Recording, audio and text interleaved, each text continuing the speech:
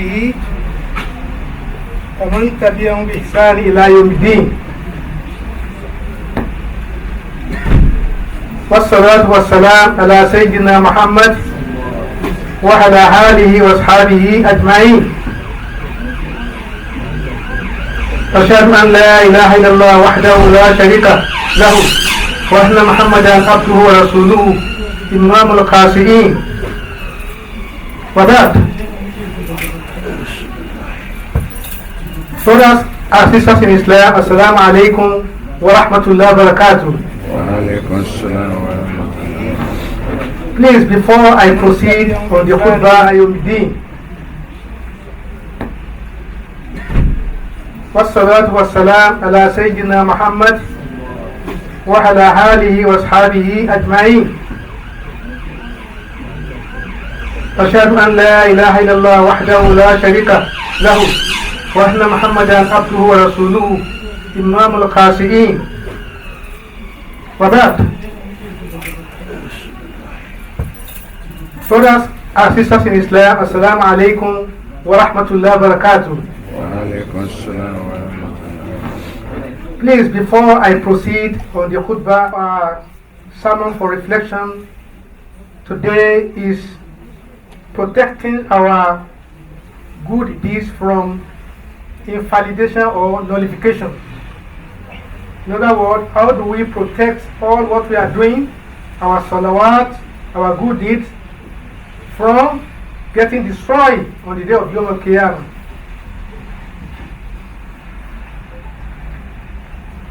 Allah in Surah Al-Mu'minun tells us, He says, قَدْ أَفْلَحَ الْمُؤْمِنُونَ. Successful are those who are believers.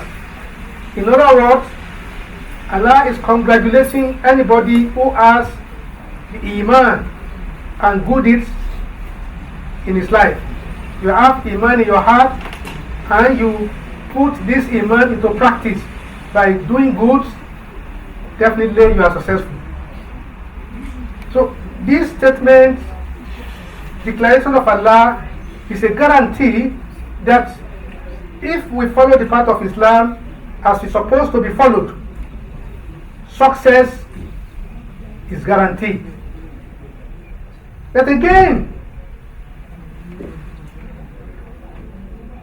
there are certain points that we have to bear in mind. Why is it you have a group of people that observe the Muslims and Islam, and they have different opinions about the Muslims and Islam. We have a group of people, of course they may not be Muslims. They look at Islam and they look at the Muslims and they are marveled, because they say, how is it possible that people will be praying 5 times every day? How? Why this month of Ramadan, how people will remain on hunger for the whole month? It's not possible. Let us look at Hajj. How people will make their life saving to go on Hajj, just for Hajj. The money that somebody can invest, can spend the money for business or whatever, then you spend it for Hajj. What kind of... So those people, they marvel. That is those people who want to have sincere observation about Islam and the Muslim. The other group are those people who want to be critical about the Muslim. So when they look at all these things, they say they are too fanatics, they are too extremists, they are too fundamentalists. Why? Because they want us to compromise. We want us to compromise our Tawheed. They want us, this La ilaha illallah, they want us to adjust it to their own belief. That is why we should not be surprised. You remember in Surah Al-Kafirun, the kuffar of Makkah, they went to the Prophet and they said, yes, we see what you are doing is good, but let us compromise. You come to our shrine, we worship our God one day, then we follow you to the mosque, we worship your Allah. They want the Prophet to compromise at Tawheed. He said that so that is the problem. So those of us here now in your offices, they want when you are attending a ceremony, they want you to have a taste of that good wine. Don't worry, just a glass. If you don't do it, that man is a fanatic. He's an extremist. They want you to compromise Islam. So that is the observation of those people. But why? It is because commitment is in Islam. We are committed in our tawheed, in our salat, in our saum, in our hajj. It is commitment that is serving as driving force. We believe that we are doing it liwajhillah, for the sake of Allah, and that Allah we are doing it for His sake. We don't see Him, but it's above everybody. It's above everybody, above every knowledge. That is why our commitment to Allah cannot be compromised. But brothers and sisters in Islam, I want to ask us, after all these commitments, is it good to hear that at the end of the day we end up having no result, having no success as Allah promised that you are successful? It is possible, but we have to be very careful. That is why Allah said in Surah Al-Kahf, that is Quran chapter 103, chapter 18, verse 103 to 105. Allah said, أعوذ بالله من الشيطان الرجيم قل هل ننبئكم بالأخسرين أعمالا الذين ضل سعيهم في الحياة الدنيا وهم يحسبون أنهم يحسنون صنعا. Meaning that, shall we inform you of the greatest losers in their deeds? These are they whose labor is lost in this world life, and they think that they are well fast in skill of what they are doing. These are they who disbelieve in the communication of their Lord and His meeting. So their deeds became null, and therefore we will not set up a balance for them on the day of resurrections. Now, Allah is trying to warn us that we have to be very careful. According to Mufassirun, the Mufassirun told us that this particular ayah was revealed in respect of non-Muslims who are taking something or somebody as Allah, who are associating somebody or something with Allah. But majority of them agree that this particular ayah can also has a general applications. It can apply to anybody. It can apply to a Muslim if a Muslim is not careful about certain things that can destroy his good deed at the end of the day. So that takes us into what are those things that can nullify our good deeds. Number one, shirk. That is associating something with Allah. Saying it, somebody can have the impression that it's a very simple thing, so I will not put an idol before me and worship idol. I will not worship any object. I will not call anybody God. It goes beyond that. A shirk can be in form of our tongue, our talk, statement from our tongue, or our act. A shirk is said is a very delicate thing, and that is why we have to be conscious of Allah all the time. We must not do anything to associate anybody or anything with Allah. For example, a challenging time may come, no money, no saving, and we are in trouble. We are looking for solutions. Somebody can approach us and say, come, let me take you to somebody. You have a palmist. He will look at your palm and will tell you the solution to your problem. You say, okay, that is not it. Let me go and see that person. The moment a Muslim does, he has destroyed his iman. He believe in Allah. He have authority for that. Anybody who try to engage in soothsaying or anything that is trying to look at future for anybody, he has engaged in shirk. We have to avoid it. So, or maybe we have something like in our traditional places that every one of us come from. You have somebody who say, I will give you certain concoction in order to solve your problem. This is definitely one of the ways that we can destroy our iman. Please, brothers and sisters in Islam, let us be conscious of all these kind of things. I pray that Almighty Allah will keep us intact in Tawheed. So, but the Prophet of Allah teaches us that you have two types of shirk. The one that's associating something with Allah that we generally know. That is one category. Another category is riya, and that is the second thing that we have to avoid.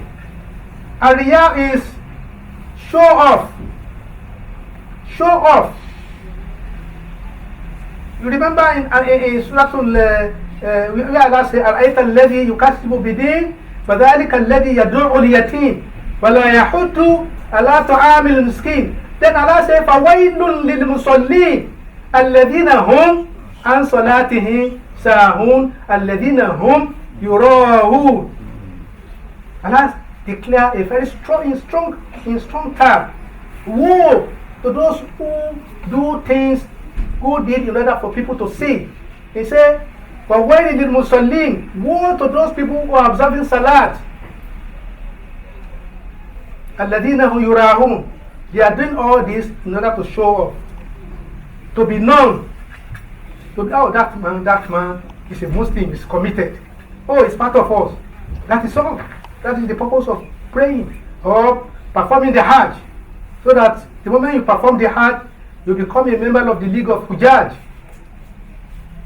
So we have to be very, very careful. Muslim, whatever a Muslim does, we do it solely for Allah. That is why Allah says, وَخُلِصِينَ لَهُ الدِّينَ. Let us make sure that whatever we do, either small or big, let us do it only for the sake of Allah. The moment we try to do something for people to say or for people to commend us, we have associated something with Allah. And the Prophet of Allah warned us in an hadith that I may not have time to quote in Arabic. According to this hadith, the Prophet of Allah said, "I am afraid for you in one certain thing, that when you do it for people to see. On the day of Yawm al-Qiyamah, Allah will say, okay, my servants, it is true you do all this, but for what purpose? For certain things, for people to see. Then Allah will say, go back to those people that you do it in order to show to them, go to them, then they will give you the reward of what you have done. I have nothing to do with you." You can see that it's a very dangerous thing. Please, brothers and sisters in Islam, let us avoid a riya, show of pride. Please. The number 3 is at-takabbur, al-kibriya, arrogance. That is why the Prophet of Allah, first of all, there is an excerpt of the Old Quran where Allah says, كَذَلِكَ يَتِبَهُ اللَّهُ عَلَى كُلِّ قَلْبِ مُتَكَبِّرِ جَبَّارٍ. Thus does Allah set a seal over the heart of every proud one.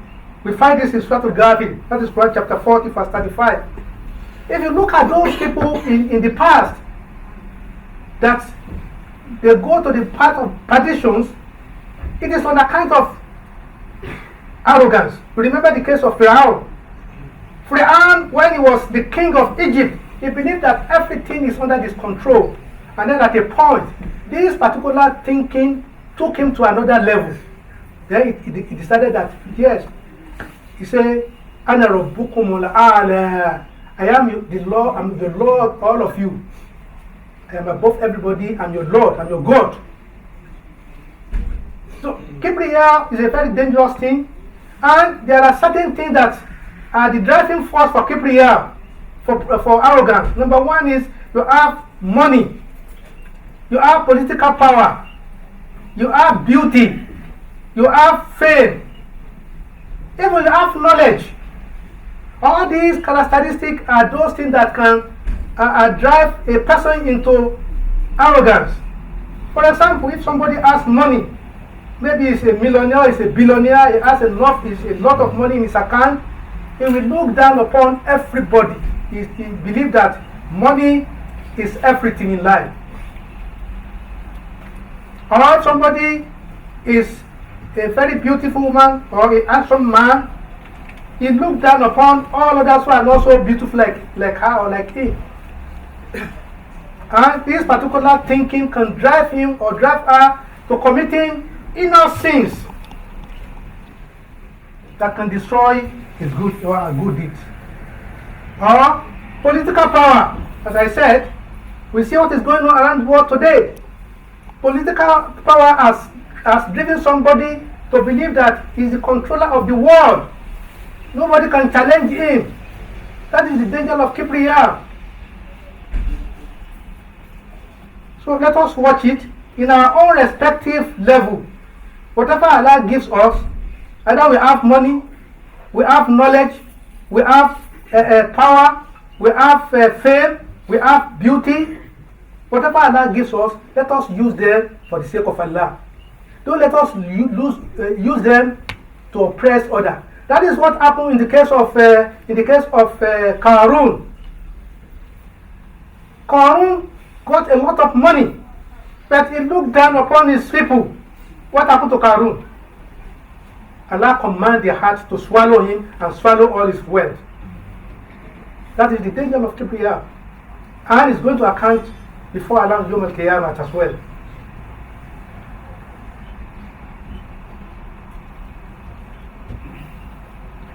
So, brothers and sisters in Islam,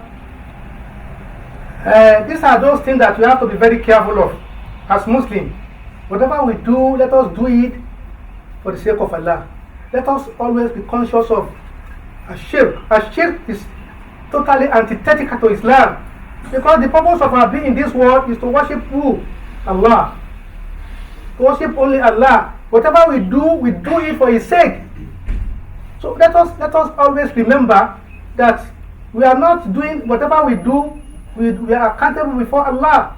And to that extent, whatever we do, either small or big, let us do it mukhlisina lillah, for the sake of Allah. Then let us avoid riya, that is show off. Even not only in religion, even in our worldly life, don't let us fall into show off, because the moment we show off, we put ourselves above everybody, and that is not acceptable before Allah. And then the last one is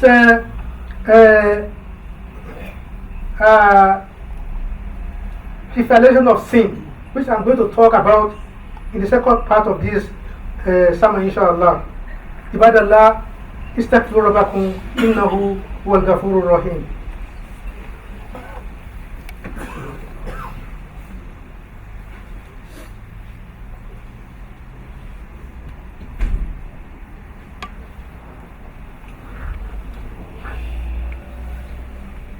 Alhamdulillah, Alhamdulillah, wassalatu wassalam ala rasulillah wa ala alihi wa ashabihi faman wala. The last one is trivialization of sin. What I mean by that is to consider all the sinful acts as trivial. With many people in this modern time, we used to trivialize sins, something that is against the law of Allah. Somebody will tell you, don't worry, people do it. Why are you worrying yourself? You remember I mentioned the example of our friendship with non-Muslims. When we associate ourselves with them, they expect us to compromise our Islam. Then if we agree, if we fall into that compromisation, we trivialize the sin. You know the effect of trivializing sin. Number one, it leads to committing al-kibri, the big sin that is called, that is referred to as al-kaba'ir. Al-kaba'ir, they are about 6 or 7 in number, according to the scholars. I may not be able to go deep into all those kaba'ir, but one of them is killing human beings. One of them is sinning against your parents, or committing zina, or hiding the money of other people unjustly. All these, according to scholars, are categorized as kabair. So the moment a person is trivializing sin, there is tendency for that person to fall into kabair. Because if you sin today, you wave it aside, you do this tomorrow, you wave it aside, gradually, you will not know until you fall into committing the kabair. The second implication of it is that accumulation of sin is not good, because we have to remember the Yom al-Qiyamah, when Allah will weigh our good deeds against our bad deeds. Allah says, وَمَنْ ثَقُلَتْ مَوَازِينُهُ فَهُوَ فِي عِيشَةٍ رَاضِيَةٍ وَمَا خَفَّتْ مَوَازِينُهُ فَأُمُّهُ هَاوِيَةٌ وَمَا أَدْرَاكَ مَا هِيَ نَارٌ حَامِيَةٌ. On the day of Yom al-Qiyamah, Allah will put down scale. One part of the scale will weigh our good deeds, the other part will weigh our bad deeds. If our good deeds overweigh the bad deeds, Alhamdulillah, Allah is forgiving God. He will forgive those things that we commit in that bad deed scale. But if for any reason our bad deeds overweigh our good deeds, that is very, very dangerous. Even if Allah, if the judgment of Allah is that that person is going to a fire, and then Allah will take him back to a Jannah later. A taste of punishment of Allah a minute. It's not tolerable. We have to be praying to Allah that we should not have taste of punishment. And I pray that Almighty Allah will protect every one of us from the punishment of Allah. And the Prophet of Allah referred to anybody, a person that is doing good deeds, praying salat, paying zakat, doing sadaqah, performing hajj, doing all good teachings, and then to the extent that on the day of Yom al-Qiyamah, his good deed is so heavy. The Prophet of Allah referred to them as al-muflis. They asked the Prophet of Allah, who are the muflis? According to the Sahaba, they thought that al-muflis is a bankrupt man. They thought that it was a man who invested his money and then he lost. The Prophet of Allah said, no. Al-muflis in the ummati are those, the muflis, and that is bankrupt person among my ummah, are those on the day of Yom al-Qiyamah. They will come before Allah with many good deeds. And when everybody see them, they will marvel that, this person certainly is going to Al-Jannah. But when Allah begin to examine his act of what he did, where is the world, somebody will say, Allah, I have a claim against that man. One day he abused me. They will say, take from his good deed to him. Another person will say, on that one day, this man cheated me. Another person will say, it was the one that's responsible for my killing. He was the one that killed me, or he gave other people to kill me. Allah will say, take from his deed, give it to him. Then they continue to come. They will come. They will continue coming. They will be taken from his good deed. At the end of the day, the good deed will vanish. Then they continue to come. Then Allah will say, okay, your good deed is gone. And people continue to come. What do we do?